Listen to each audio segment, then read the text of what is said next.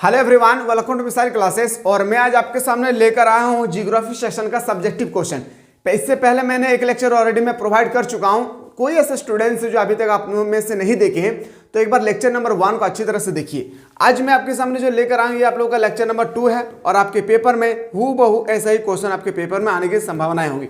ये क्लास याद रखिएगा मेरे भाई, बहुत मजेदार क्लास होने वाली है और ना आप लोगों को रटने की आवश्यकता है ना याद करने की आवश्यकता है। क्यों? क्योंकि आपके समय और नहीं रहा, रटने का भी नहीं और आप लोगों को याद करने का भी समय नहीं रहा। लेकिन हाँ, अगर चीज़ों को अगर अच्छी तरह से हम लोग समझ जाएं तो फिर हम लोग लिखने में कोई दिक्कत ही नहीं होगी। इसलिए मैं कोशिश करूंगा, मैं अपनी तरफ से बेटर तरीके से आप लोगों को समझाने की कोशिश करूंगा। तो जितना ज़्यादा हो सके इस क्लास को आगे शेयर करें ताकि हर एक स्टूडेंट्स जो जियोग्राफी लेकर स्टडी कर रहे हैं उन लोगों को पता चलेगा कि यहाँ पे एक्चुअली पढ़ाया कैसे जाता है। ठीक है, और हमारे मकसद यही है मेरे भाई कि झारखंड के गरीब से गरीब बच्चा आकर हमारे पास स्टडी करे, वो भी मिनिमम से मिनिमम फी। आपके घर के अगल बगल में कोई ऐसा स्टूडेंट्स होगा मेरे भाई, याद रखिएगा जो क्लास 11 में है या क्लास 10 में है, उन लोगों को जल्दी से इन्वाइट कर दीजिए। 1 अप्रैल से हम लोग का न्यू बैच स्टार्ट हो रही है जहां पे आप लोग का सबसे पहले थ्योरी लेक्चर समझाया जाएगा ऑनलाइन। याद रखिएगा कि एक क्लास जो होगी ना ऑनलाइन होगी। क्या होगी मेरे भाई? ऑनलाइन क्लास होगी। मॉर्निंग और इवनिंग दोनों टाइम पे क्लासेस चलेगी जहां पे वो हमसे बातचीत कर सकते हैं। कोई चीज़ अगर समझ में नहीं आती तो वो पूछ भी सकते हैं। बहुत कम फी में मेरे भाई इतना बेटर शिक्षा आप लोगों को प्रोवाइड करूंगा जो इंसान कभी भी सोच नहीं सकता है, क्योंकि हमारा मकसद है कि झारखंड के एजुकेशन सिस्टम को बेटर बनाना। तो आपके घर के आसपास में कोई ऐसा स्टूडेंट्स होगा तो बिल्कुल आप लोग शेयर करें ताकि वो भी उनको भी एक अच्छी शिक्षा ग्रहण करने का अधिकार है मेरे भाई। ठीक है, जितना ज़्यादा हो सके अपने प्यारे प्यारे भाई बहन को शेयर करें। और आज एक मैं क्वेश्चन बताने से पहले, आज क्लास जाने से पहले कल मैंने एक क्लास आप लोगों को बताया था। कौन सा क्लास था सर? थोड़ा सा आप लोग देख लीजिए, जो बहुत इंपॉर्टेंट है। और बहुत सारे स्टूडेंट ना बोल रहे थे सर इसका आंसर ऑप्शन नहीं होगा। मेरे भाई याद रखिएगा, ऑप्शन ए नहीं होगा। जब आप गूगल में सर्च करेंगे ना तो आपको पता चलेगा कि इसका आंसर क्या होगा। मानव भूगोल के जनक कौन है? सारे स्टूडेंट्स बोल रहे थे ना कि सर फ्रेडरिक रेटजेल होगा। कोई तो कह रहा था कि एलन सेम्पल होगा। नहीं मेरे भाई, इसका जो राइट होगा ना मानव भूगोल के जनक, याद भूगोल के जनक नहीं कहा गया, मानव भूगोल के जनक विडाल डी ब्लास। याद रखिए क्या हो जाएगा? मानव भूगोल का जनक। अगर आप लोग देखना चाहते हैं कि सच में सर क्या मानव भूगोल का, याद रखिएगा मानव भूगोल का क्या सच में सर क्या डी ब्लास्ट होगी, तो देखिए आपको सबसे लिखना है मानव। क्या लिखना है? मानव। याद रखना मेरे भाई, मानव भूगोल, भूगोल का जनक। याद रखना क्या लिखना है? जनक। जनक लिखना है। ठीक है, जनक यहाँ पे सर्च करेंगे। ठीक है, कौन है, इस तरह से जैसे हम लोग सर्च करेंगे तो आपके सामने आएगी। देखिए सही उत्तर विडाल डी ब्लास होगा। ठीक है, तो आपको पता चल गया होगा कि इसका आंसर क्या होगी। तो बिल्कुल आप लोग गलतफहमी में ना रहे मेरे भाई। याद रखिएगा जिस भी बुक में लिखा हुआ है ये बिल्कुल गलत है। इसका राइट आंसर क्या होगा? Vidal de Blache. ठीक है, समझ में आ गया होगा। इस तरह से कर लेंगे। हम लोग मुद्दे पे बात करते हैं सर। हम लोग का जो आज क्लास होगी तबड़तोड़ होने वाले हैं। लेक्चर 1 देखने के बाद आप लोगों ने अच्छा रिस्पांस दिया, जिस कारण से मैं लेक्चर 2 लेकर आया हूं।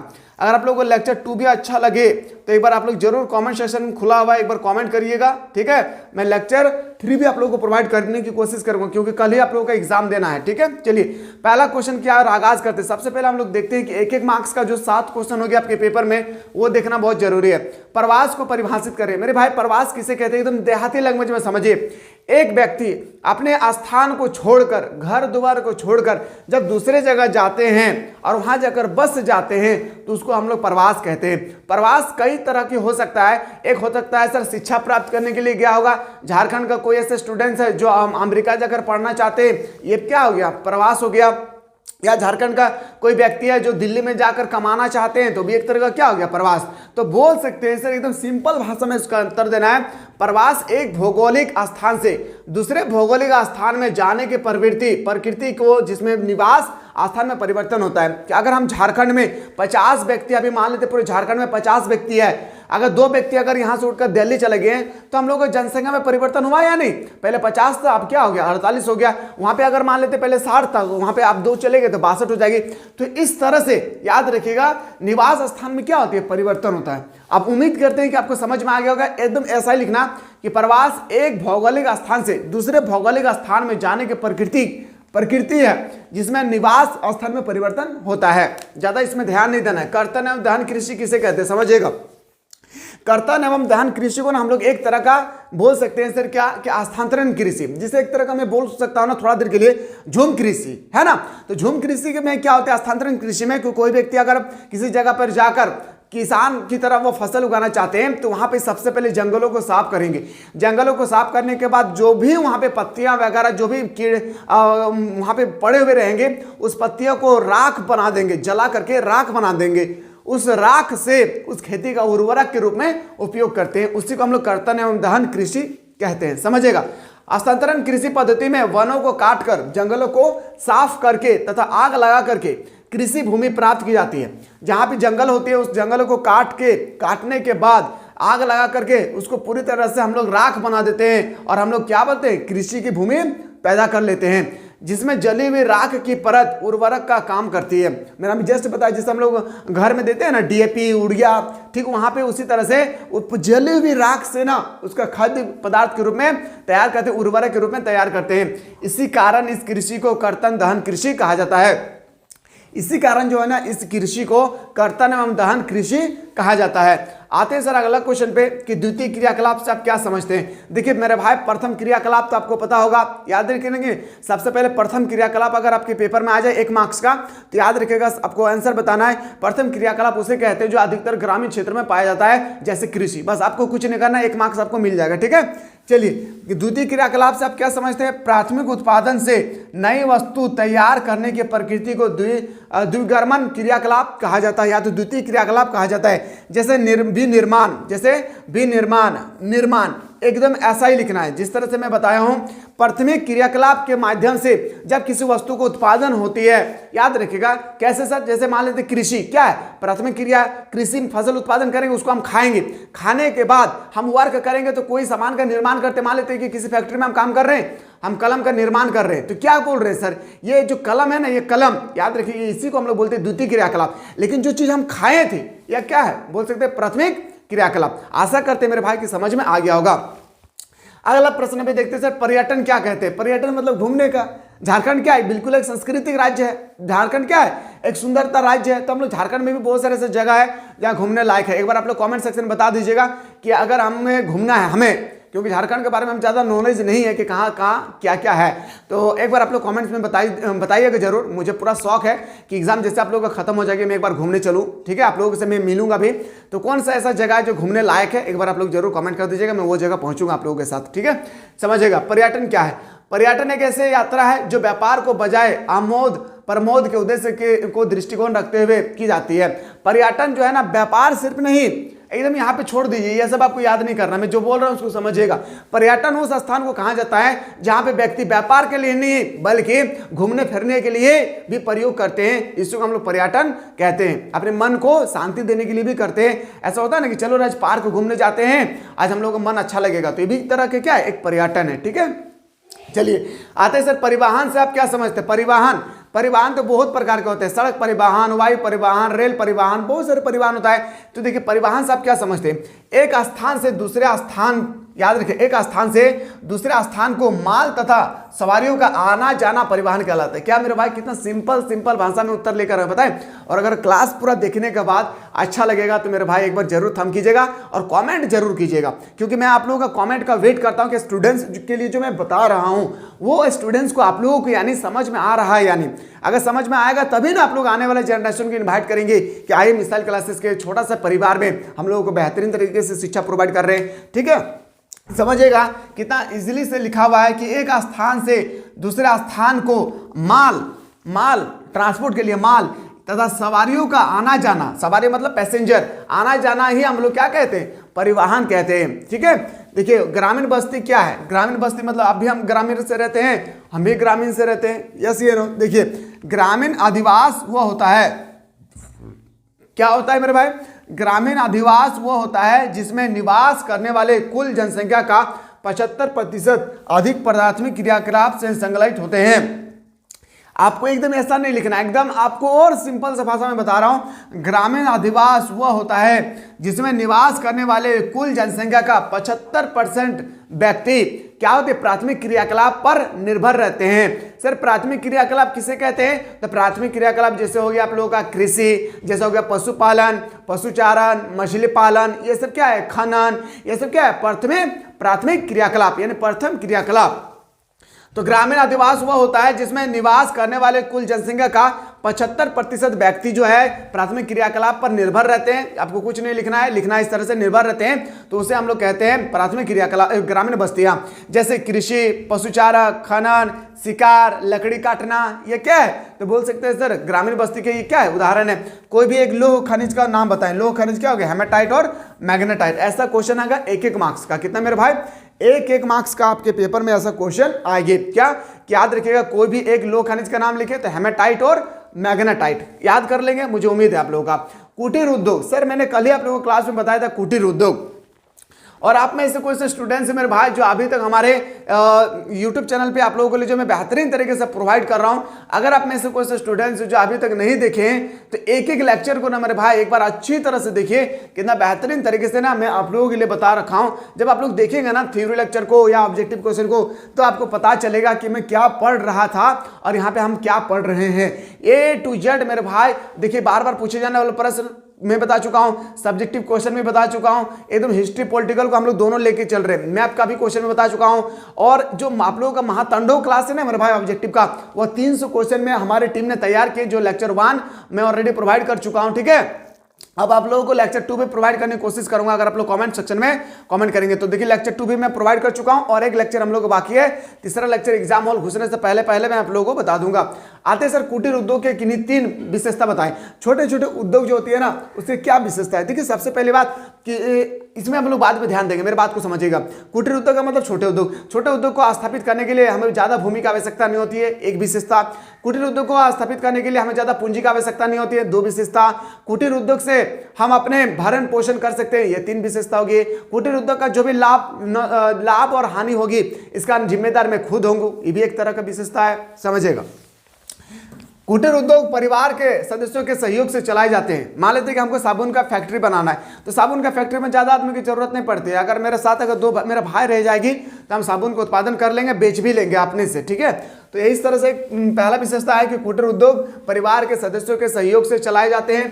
पॉइंट 2, कुटीर उद्योग में मानव के हाथों का प्रयोग होता है। कुटीर उद्योग में ज्यादा मशीनों की आवश्यकता नहीं होती है, लेकिन मानव का हाथ का ज्यादा प्रयोग होती है। लेकिन बड़े बड़े उद्योग में जाएंगे आप तो देखेंगे सबसे ज्यादा क्या होती है, मशीन का उपयोग होता है। ठीक है, तो देखिएगा कुटीर उद्योग में मानव के हाथों का प्रयोग होता है।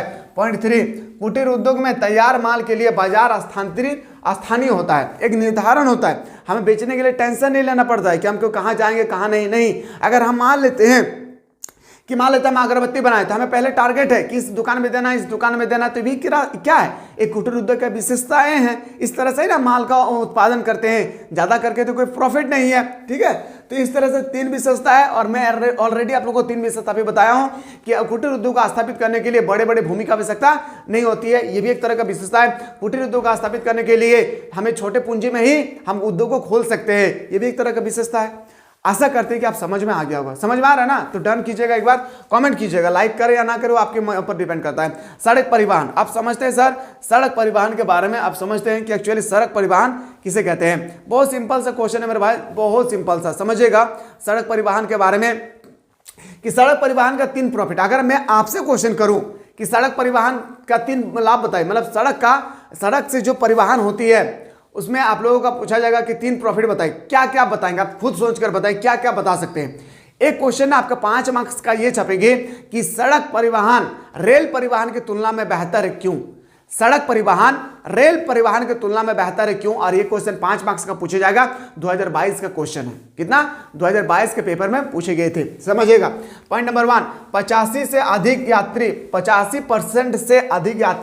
प्रतिवर्ष सड़क परिवहन से यात्रा करते हैं। बिल्कुल, सारा व्यक्ति को तो ताकत नहीं है कोई हेलीकॉप्टर में उड़े, कोई जहाज में उड़े, कोई ट्रेन में जाए, सारा व्यक्ति को तो ताकत नहीं है। लेकिन एक सर्वे के अनुसार 85% ऐसा व्यक्ति है, कुल जनसंख्या का 85% व्यक्ति ऐसा है जो क्या करते हैं, यात्री प्रतिवर्ष सड़क परिवहन से करते हैं। तो एक तरह का यह भी क्या है, प्रॉफिट है। ठीक है, समय एवं धन की बचत को बढ़ावा मिलती है। इसमें समय हम लोग क्या करते हैं, मान लेते हैं कि अगर हमारे पास सड़क सही रहेगी तो हम क्या कर सकते हैं, तुरंत, अभी मैं दिल्ली में हूँ, रांची में हूँ अभी प्रेजेंट टाइम में, तो मैं धनबाद तुरंत जा सकता हूँ। तो देखिए ये जो जा रहे हैं ना, तो सड़क परिवहन का ये क्या है, खूबसूरती है। अगर सड़क सही नहीं रहेगी तो हम 2 घंटा की जगह 5 घंटा लग जाएगी। तो सड़क सही होने से ये भी एक तरह का प्रॉफिट है कि हम अपने समय को बचा सकते हैं, साथ ही साथ धन को भी बचा सकते हैं। क्यों धन को बचा सकते हैं, मान लेते हैं हम झारखंड में, हमको दिल्ली जाना है, ठीक है, तो हम क्या कर सकते हैं, हम ट्रेन से भी जा सकते हैं, ठीक है। तो धन, या अगर मान लेते हैं कि हमको ट्रेन से नहीं जाना है, अगर मान लेते हमको हेलीकॉप्टर में जाना है तो हमको 5,000 रुपया 10,000 रुपया भाड़ा लगेगा। लेकिन अगर हम यहाँ से चले, मान ली ट्रेन से चले, तो हमको 2,000 रुपये में ही हो जाएगी। इस तरह से सड़क परिवहन के माध्यम से, इस तरह मैं बोल रहा हूँ, ठीक है, रेल नहीं, आप बांस की तरफ से जा सकते हो। इस तरह से हम बोल सकते हैं कि हम अपने पैसा में भी बचत कर सकते हैं अगर सड़क परिवहन अच्छी होगी तो। चलिए पॉइंट 3, प्राकृतिक संसाधनों के विदोहन को बल मिलता है। प्राकृतिक संसाधन जैसे सर पेड़ पौधे, जीव जंतु, ये सब क्या है, प्राकृतिक संसाधन को विदोहन मिलती है। याद रखें, मेरा दोहन होने से बच जाती है। तो ये है आप लोगों का 3 प्रॉफिट, बाकी आप लोगों को अपनी तरफ से भी और इंक्लूडेड कर सकती है। 3 मार्क्स का ये क्वेश्चन आ गया तो 3 ही पॉइंट लिखना, ज़्यादा लिखने की कोई आवश्यकता नहीं। ऐसा नहीं है कि आप 3 मार्क्स का आया, आप 10 को पॉइंट लिख दिए तो आपको 4 मार्क्स दे देगा, ऐसा नहीं। 3 मार्क्स का आया है, 3 आपको याद रखना, पॉइंट डालना है। अगला क्वेश्चन पे आते हैं सर। अगला क्वेश्चन सर, गैर परंपरागत ऊर्जा। मैंने आपको बताया था नवीकरण संसाधन और नवीकरण संसाधन। क्या मेरे भाई, नवीकरण संसाधन और नवीकरण संसाधन किसे कहते हैं, क्या डिफरेंट है, परंपरागत ऊर्जा, गैर परंपरागत ऊर्जा। 4 में से 4 क्वेश्चन आएंगे। क्या 4 में से आपके पेपर में 4 क्वेश्चन आएंगे मेरे भाई, याद रखिएगा। परंपरागत ऊर्जा, गैर परंपरागत ऊर्जा याद रखिएगा पहला, और उसके बाद आपका नवीकरण संसाधन और नवीकरण संसाधन। 4 क्वेश्चन को अच्छी तरह से कर लेना। मैं पिछला वीडियो में बेहतरीन तरीके से बता चुका हूं, कोई ऐसे स्टूडेंट्स जो नहीं देखे हैं तो ये लेक्चर जाकर आप देखेंगे, आपको सारा चीज यहाँ पे समझ में आ जाएगी। ये लेक्चर आपको देखिएगा तो आपको सारा चीज यहाँ पे समझ में आ जाएगा, ठीक है। चलिए मूव करते हैं सर क्वेश्चन पे। पहला कि पर्याय ऊर्जा स्रोत नवीकरणीय योग्य होता है, जैसे सौर ऊर्जा, पवन ऊर्जा, जल ऊर्जा। मेरे भाई याद रखिएगा, नवीकरण संसाधन किसे कहते हैं, जो समाप्त नहीं होती है। नवीकरण संसाधन उसे कहते हैं जो समाप्त नहीं होती है, उसे हम लोग नवीकरण संसाधन कहते हैं, ठीक है, समझिएगा। यह ऊर्जा जो स्रोत नवीकरण योग्य होता है, जैसे सौर ऊर्जा, पवन ऊर्जा, जल ऊर्जा, भूतापीय ऊर्जा तथा जैव ऊर्जा सम्मिलित है। अगला पॉइंट में देखते हैं सर, वर्षा जल संरक्षण की किन्हीं 3 विधि के बारे में बताएं। याद रखिएगा, वर्षा के जल को हम लोग संग्रह कर सकते हैं किस विधि के माध्यम से। पहला, तालाब बनकर, जो वर्षा टपकती है ना आसमानों से, जो बारिश होती है, उसको संग्रह करने का, इकट्ठा करने का 3 विधि आपसे पूछे गए हैं, तो 3 विधि को आपको बताना होगा। पहला विधि क्या होगी सर, कि हम लोग तालाब बनाकर उस पानी को इकट्ठा कर सकते हैं। दूसरा विधि सर हम लोग का, दूसरा विधि क्या होगी सर, सर्विस पुलों, कूपों द्वारा घरों की छतों के वर्षा जल संग्रह कर सकते हैं। भारत में तो बहुत कम राज्य में ऐसा है, लेकिन आप जैसे फॉरेन कंट्री जाएंगे, अमेरिका, ब्रिटेन, रूस, तो क्या होते हैं ना, वर्षा जल को संग्रह करते हैं छत के ऊपर। छत के ऊपर बड़ा सा टैंक बना देते हैं। हम लोग तो छत में घूमने के लिए करते हैं ना, धान को कपड़ा पसारने के लिए करते हैं, लेकिन वहाँ पे ऐसा नहीं होता है, ठीक है। तो वहाँ पे क्या होता है कि वहाँ पे एक बड़ा सा टैंक बनाया जाता है। उस टैंक में वर्षा की जो भी पानी अब टपकती है उसे संग्रहित रह जाती है और उसको बाद में जाकर यूज करते हैं, ठीक है। एक तरह का ये भी उपयोग है। पॉइंट दूसरा, पुनर्भरण कूपों द्वारा वर्षा जल संग्रह भी किया जा सकता है, ठीक है। तो इस तरह से वर्षा जल संग्रह की 3 विधि मैंने ऑलरेडी बता चुका हूं। अब आते हैं सर अगला, भारत में हरित क्रांति की 3 मुख्य विशेषता के बारे में बताएं या उपलब्धियों के बारे में बताएं। हरित क्रांति याद रखिएगा, अगर आपसे पूछा जाएगा हरित क्रांति का भारत में जनक, तो डॉक्टर एस.एम. स्वामीनाथन। क्या एस.एम. स्वामीनाथन।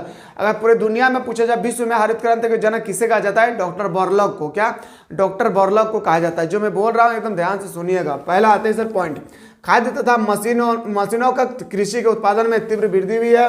पॉइंट नंबर 2, कम समय में तैयार होने वाले फसल का उत्पादन हुआ है।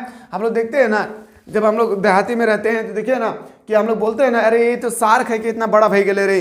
पहले जमाने के लोग कितना ताकतवर होते थे, बीमारी नहीं पड़ते थे, लेकिन हम लोग बीमार पड़ जाते हैं तो घर के मेंबर कहते हैं, पता है कि ये तो उर्वरक, खाद, सार का खाना पीना खा रहे, सागू खा रहे हैं, तो उसका अंदर में ताकत कहाँ होगी, ठीक है। तो इस तरह से यहाँ पे वही चीज बता रहा है कि कम समय में तैयार होने वाले फसल का उत्पादन, कम सिंचाई से हो अधिक उत्पादन, कम सिंचाई से हो अधिक उत्पादन। इस तरह से आप इजीली से कर सकते हैं। गुच्छित बस्तियों के प्रमुख विशेषता का वर्णन करें। गुच्छित बस्ती होती है, इसकी प्रमुख विशेषता बताना है कि इसकी क्या क्या विशेषता होती है। समझिएगा मेरे भाई, यह बस्तियां सघन या घरों के सेहत निर्मित क्षेत्र के रूप में मिलती है। बस्तियां जो है ना गुच्छित बस्ती, गुच्छित का मतलब ही हम लोगों को पता चल रहा है अंगूर का गुच्छा। क्या? अंगूर का गुच्छा। अब अंगूर का गुच्छा मतलब बोल सकते हैं सर गैदरिंग होता है, गैदरिंग है ना। तो ठीक इसी तरह से गुच्छित बस्ती की यह विशेषता है कि यह बस्तियां सघन या घरों के सेहत निर्मित क्षेत्रों के रूप में मिलती है। पॉइंट 2, इन बस्तियों में रहन सहन का एक स्पष्ट क्षेत्र होता है। इसमें रहन सहन का एक स्पष्ट क्षेत्र होती है गुच्छित बस्ती का। क्यों? जब आप शहरी इलाके में जाएंगे ना, जो क्वार्टर में रहते हैं, देखिएगा अगर एक क्वार्टर में झगड़ा हो रहा है तो दूसरा क्वार्टर वाला ताकने के लिए, झांकने के लिए भी नहीं आते। लेकिन अगर गांव देहात में अगर किसी के घर में झगड़ा हो गया, पूरा बस्ती आकर उठ जाते हैं। यस या नो भाई बताइए, होता है ना। वही कह रहा है कि इन बस्तियों में रहन सहन एवं एक स्पष्ट क्षेत्र होता है जिसके समर्पित भागों में कृषि भूमि का चरागाह भूमि होती है। क्या होती है?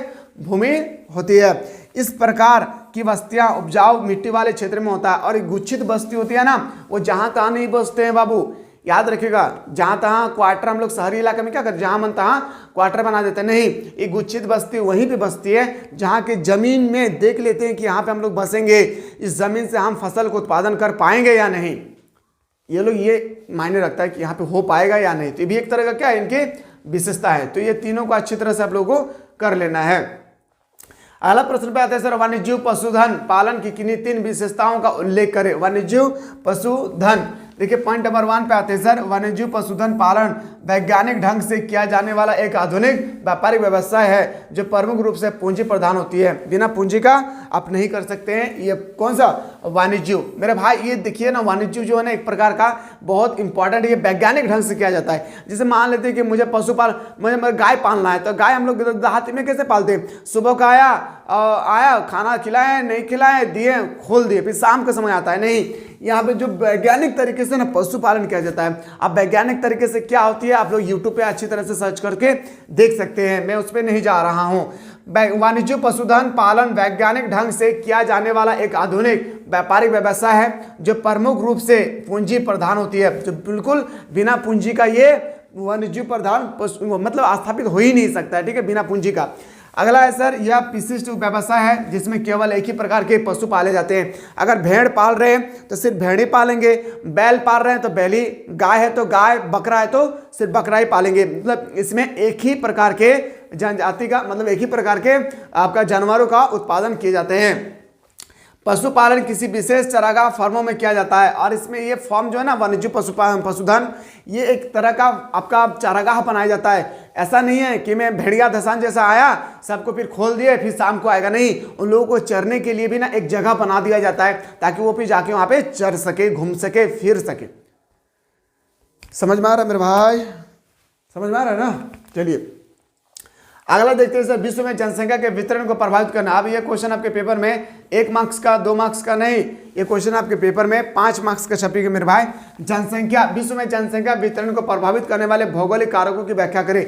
विश्व में जनसंख्या का वितरण असमान मिलती है, कहीं कम तो कहीं ज्यादा। जैसे भारत में सबसे ज्यादा है, उसके बाद सबसे कम वेटिकन सिटी में, तो ठीक इसी तरह से असमान होती है। विश्व में जनसंख्या का वितरण असमान मिलती है। विश्व के 50% जनसंख्या स्थल के 5% भाग पर रहती है। याद रखिएगा 50% जनसंख्या 5% स्थल पे, तथा जबकि आपका याद रखिएगा स्थल में तथा खंड का आपका स्थल खंड का 65% भाग ऐसा है जिसमें केवल विश्व को 5% जनसंख्या रहती है। अतः जनसंख्या वितरण को 3 कारकों में विभाजित करती है। ये 3 कारक सबसे इंपॉर्टेंट होती है। पहला भौगोलिक कारक, आर्थिक कारक, सामाजिक कारक। ये आप नहीं भी लिखेंगे एग्जाम में तो चलेगी, लेकिन ये आपको लिखना कंपलसरी है। कौन सा सर? याद रखिएगा भौगोलिक कारक, आर्थिक कारक, सामाजिक कारक एवं सांस्कृतिक कारक। तो पहले हम लोग याद रखिएगा मेरे भाई भौगोलिक कारक उठाते हैं। निम्नलिखित भौगोलिक कारक को भी हम लोग कैटेगरीज वाइज डिवाइड करेंगे। अभी इसको बनाए रखिएगा क्योंकि ये क्वेश्चन 5 मार्क्स का आएगा, तो आपको अच्छी तरह से समझ के आपको लिखना भी होगा, इसलिए मैं समझा रहा हूँ, समझिएगा। भौगोलिक कारक, निम्नलिखित भौगोलिक कारक जनसंख्या वितरण को प्रभावित करती है। पहला, जनसंख्या, जल की उपलब्धता। मनुष्य की प्राथमिक आवश्यकताओं को में जल का स्थान भोजन से पहले है। अगर मान लेते हैं मेरे भाई हमारे पास खाना, बहुत सारे खाना आ चुकी है, हमारे पास जल नहीं है, तो हम खाना भी नहीं खा सकते। इस बात को याद रखिएगा, क्योंकि खाने से पहले हमें पानी की आवश्यकता होती है। वही कह रहा है कि जल की उपलब्धता मनुष्य की प्राथमिक आवश्यकताओं में जल का स्थान भोजन से पहले है। क्या बोल रहा है मेरे भाई? मनुष्य की प्राथमिक आवश्यकता अभी मैंने जस्ट बताया, कृषि करना, पशुपालन करना, पशुचारण करना, मछली पकड़ना, लकड़ी काटना, खनन करना, ये सब क्या है? प्राथमिक क्रियाकलाप के अंतर्गत आती है। तो मनुष्य, समझिएगा इसको, मनुष्य की प्राथमिक आवश्यकताओं में जल का स्थान भोजन से पहले है। पहले पीने के लिए, कृषि सिंचाई के लिए, याद रखिएगा, पीने के लिए पानी, कृषि में सिंचाई के लिए, पशुओं के लिए तथा औद्योगिक कार्य के लिए जल की आवश्यकता होती है। याद रखिएगा, सिर्फ पानी पीने के लिए नहीं, बल्कि बड़े बड़े फैक्ट्रियों में भी पानी की आवश्यकता होती है, छोटे छोटे फैक्ट्रियों में भी पानी की आवश्यकता होती है। बिना पानी का कोई भी फैक्ट्री चल नहीं सकता है, चाहे आप कितनी भी बड़ा मशीन लगा दीजिए। अतः जल की उपलब्धता वाली क्षेत्र में जनसंख्या अधिक पाई जाती है। जहाँ पे जल अधिक होती है वहाँ पे जनसंख्या अधिक पाई जाती है। जैसे मैं एग्जाम्पल में बात करूँ, राजस्थान भारत का सबसे बड़ा राज्य क्षेत्रफल की दृष्टि से कहाँ है? राजस्थान में। लेकिन वहाँ पे ज़्यादा पीपल है नहीं है, क्यों? क्योंकि वहाँ पे पानी का असमान वितरण है। ठीक है, तो देखिए इस तरह से शुष्क में जनसंख्या अभाव पाया जाता है। शुष्क एरिया में जहाँ पे सूखा होती है, डर्टी होती है, या तो गंदगी होती है, या तो मैं बोल सकता हूँ जहाँ सूखा, एकदम सूखा पड़ जाता है, वहाँ पे क्या होती है?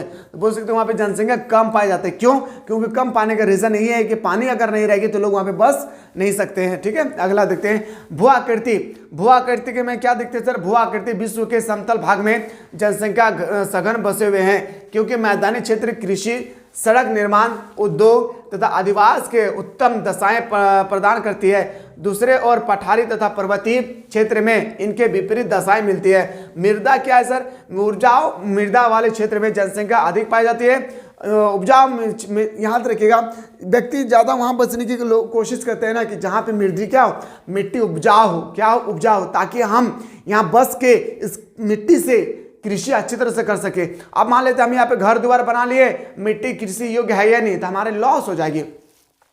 वही कह रहे हैं यहाँ पे मृदा में कि उपजाऊ मृदा वाले क्षेत्र में जनसंख्या अधिक पाई जाती है। इसमें क्या होती है? जनसंख्या अधिक पाई जाती है। जबकि क्या पाया जाता है मेरे भाई? जबकि यहाँ पे क्या होती है समझिएगा, जबकि उर्वरक, याद रखिएगा, उर्वरक वाले क्षेत्र में जनसंख्या कम पाई जाती है। याद रखिएगा, अनउर्वरक वाले क्षेत्र में, जहाँ पर उर्वरक नहीं होती है, अनउर्वरक वाले, एक होता है उर्वरक जो खाद्य के रूप में हम लोग यूज करते हैं खेतों में, एक होता है अनउर्वरक। अब जहाँ पे हम लोग उगा रहे हैं फसल को उत्पादन करने के लिए, वहाँ पे अनउर्वरक है, तो वहाँ पे हम लोग कृषि नहीं कर सकते हैं।